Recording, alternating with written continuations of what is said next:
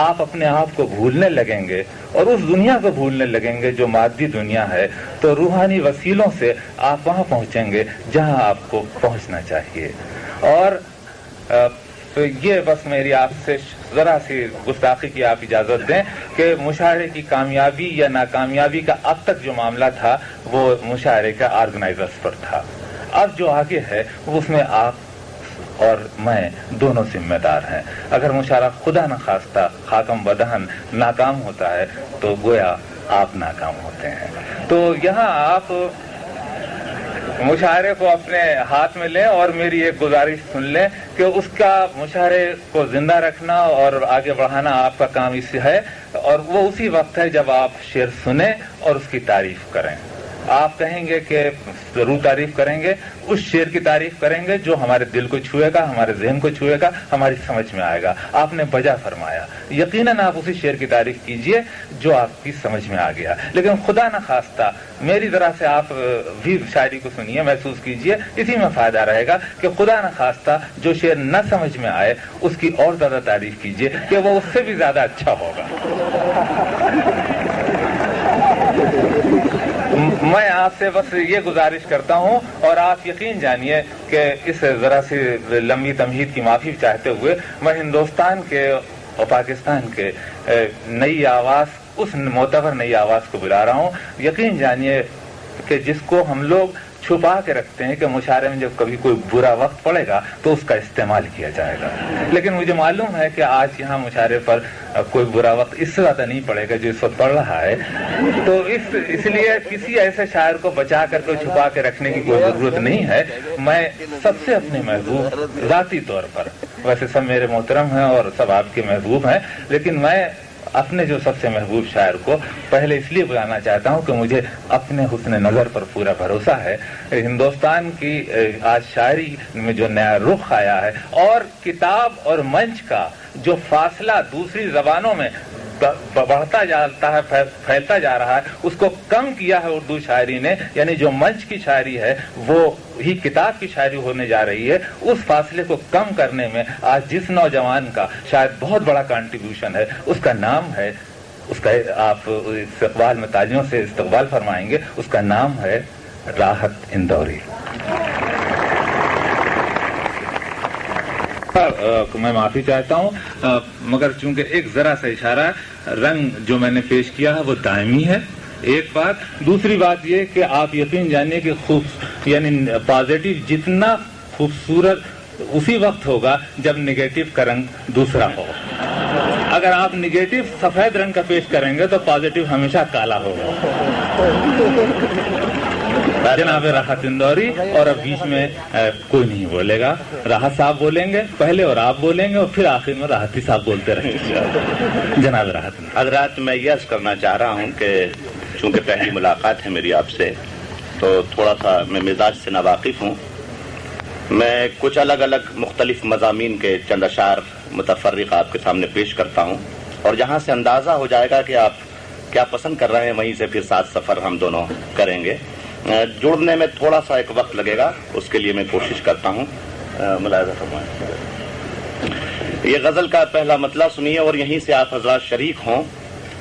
عرض کیا ہے کہ یہ نیا ایک چاند سورج کے برابر کون ہے، یہ نیا ایک چاند سورج کے برابر کون ہے، روشنی کم ہو تو یہ دیکھیں کہ چھت پر کون ہے، یہ نیا ایک چاند سورج کے برابر کون ہے، روشنی کم ہو تو یہ دیکھیں کہ چھت پر کون ہے۔ پھر مطلع حاضر کر رہا ہوں، اندازہ تو مجھے پہلے مطلع سے ہی ہو گیا کہ آپ مبتلا عشق زیادہ یہاں موجود ہیں۔ بس کیا ہے کہ کبھی دماغ، کبھی دل، کبھی نظر میں رہو، کبھی دماغ، کبھی دل، کبھی نظر میں رہو، یہ سب تمہارے ہی گھر ہیں، کسی بھی گھر میں رہو، یہ سب تمہارے ہی گھر ہیں، کسی بھی گھر میں رہو۔ اور ہے اب یہ حال کہ در در بھٹکتے پھرتے ہیں، ہے اب یہ حال کہ در در بھٹکتے پھرتے ہیں، غموں سے میں نے کہا تھا کہ میرے گھر میں رہو. غموں سے میں نے کہا تھا کہ میرے گھر میں رہو. دعائیں. عرض کیا ہے کہ ایک ایک حرف کا مفہوم بدل رکھا ہے. ایک ایک حرف کا مفہوم بدل رکھا ہے. آج سے ہم نے تیرا نام غزل رکھا ہے. آج سے ہم نے تیرا نام غزل رکھا ہے اور میں نے شاہوں کی محبت کا بھرم توڑ دیا. میں نے شاہوں کی محبت کا بھرم توڑ دیا. میرے کمرے میں بھی ایک تاج محل رکھا ہے. میرے کمرے میں بھی ایک تاج محل رکھا ہے. پھر ایک دو شعر اور سن لے کہ روز تاروں کو نمائش میں خلل پڑتا ہے. از کیا ہے کہ روز تاروں کو نمائش میں خلل پڑتا ہے. چاند پاگل ہے اندھیرے میں نکل پڑتا ہے. چاند پاگل ہے اندھیرے میں نکل پڑتا ہے. اور اس کی یاد آئی ہے سانسوں ذرا آہستہ چلو. یہ ہندوستان کا شاعر آپ کے لیے ایک تحفہ ہے شعر کا کہ اس کی یاد آئی ہے سانسوں ذرا آہستہ چلو. دھڑکنوں سے بھی عبادت میں خلل پڑتا ہے. دھڑکنوں سے بھی عبادت میں خلل پڑتا ہے. یہ اس کی یاد آئی ہے سانسوں ذرا آہستہ چلو. دھڑکنوں سے بھی عبادت میں خلل پڑتا ہے.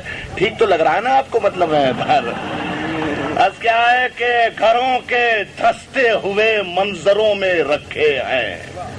گھروں کے دھستے ہوئے منظروں میں رکھے ہیں. بہت سے لوگ یہاں مقبروں میں رکھے. کیا اچھا تھا. بہت سے لوگ یہاں مقبروں میں رکھے ہیں. اور یہ ایک شعر نظر کر رہا ہوں، بالکل یہ تازہ غزل میں سے کچھ شعر ہے. ابھی 4 روز پہلے دلی کے لال قلعے میں نے یہ شعر سنایا ہے اور ڈائریکٹ یا انڈائریکٹ طریقے سے یہ شعر دلی والوں سے ضرور جڑا ہوا ہے. عرض کیا ہے کہ بہت سے لوگ یہاں مقبروں میں رکھے ہیں اور ہمارے سر کی پھٹی ٹوپیوں پہ طنز نہ کر. ہمارے سر کی پھٹی ٹوپیوں پہ طنز نہ کر. ہمارے تاج عجائب گھروں میں رکھے ہیں. ہمارے سر کی پھٹی ٹوپیوں پہ طنز نہ کر. ہمارے سر کی پھٹی ٹوپیوں پہ طنز نہ کر. ہمارے تاج عجائب گھروں میں رکھے ہیں. اب یہاں سے غزل ہے دعائیں کہ ابھی تو صرف پرندے شمار کرنا ہے. میں نے یہی عرض کیا تھا کہ میں جہاں سے مجھے اندازہ لگ جائے گا میں وہاں سے شروع کروں گا. عرض کیا ہے کہ ابھی تو صرف پرندے شمار کرنا ہے. یہ پھر بتائیں گے کس کو شکار کرنا ہے. یہ پھر بتائیں گے کس کو شکار کرنا ہے. اور بہت غرور ہے تجھ کو اے سر پھرے طوفان. بہت غرور ہے تجھ کو اے سر پھرے طوفان. مجھے بھی ضد ہے کہ دریا کو پار کرنا ہے. مجھے بھی ضد ہے کہ دریا کو پار کرنا ہے. اور یہ تیری پیٹھ ہے اے میرے بے خبر دشمن. یہ تیری پیٹھ ہے اے میرے بے خبر دشمن. مگر مجھے تیرے سینے پہ وار کرنا ہے. مگر مجھے تیرے سینے پہ وار کرنا ہے. اور ہم اپنے شہر میں محفوظ بھی ہیں خوش بھی ہیں.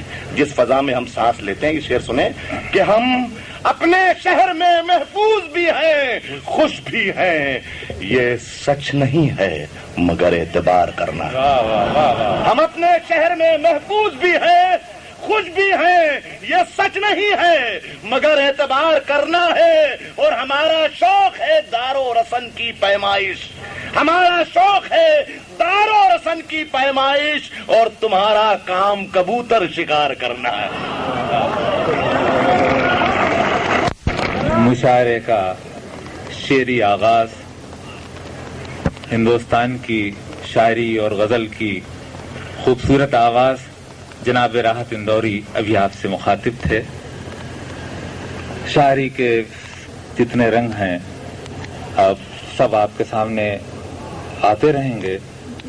میں نے پہلے بھی عرض کر دیا ہے کہ کسی ادبی مرتبے کی مناسبت سے میں آواز نہیں دوں گا بلکہ مشاعرے کی ضرورت کے تحت جہاں جو مناسب ہوگا ان سے درخواست کروں گا راحت نے اچھے شعر اچھے تحت میں پڑھ کر کے مشاعرے کو وہاں سے شروع کیا جسے مشاعرے کا شباب کہتے ہیں.